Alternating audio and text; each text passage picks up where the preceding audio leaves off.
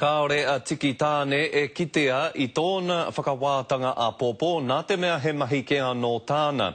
Engari a hakoa tōna korenga ka pānuitia tonutia mai ngā whakapai kua rapai nā atu ki aia mo te whakamāreherehe I te aio I aia e whakatangi puoro ana I tauranga.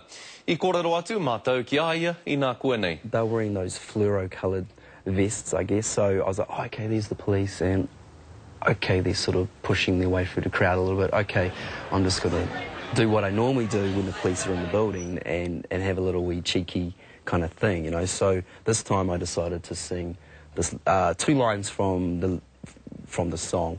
The first 2 lines that I sang were the police coming straight from the underground. A young got it bad because I'm brown. It's a bit of a, you know, it's a bit unfortunate, a bit of a bummer that one police officer took it the wrong way and wanted to come back and arrest me for it.